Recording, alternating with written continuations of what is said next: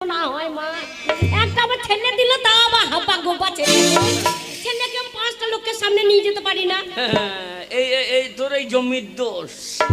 এই জমির তো জমির দোষে ধান খারাপ হয় না, আর এই জমির দোষে ধান খারাপ হয়ে যাবে।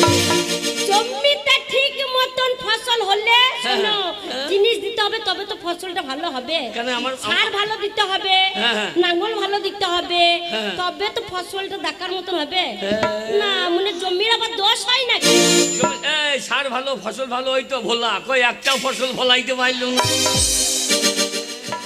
প্রচুর চাষ করছে, তো কয় একটা ফলন ফলিয়েছে না, করলে হবে না। শোনো, চেষ্টা রাখতে পারছে না। না, চেষ্টা করে দিতে হবে, মদ খেয়ে চলে বেড়াইছে না, সব ফসল ফলিবে কত বছর।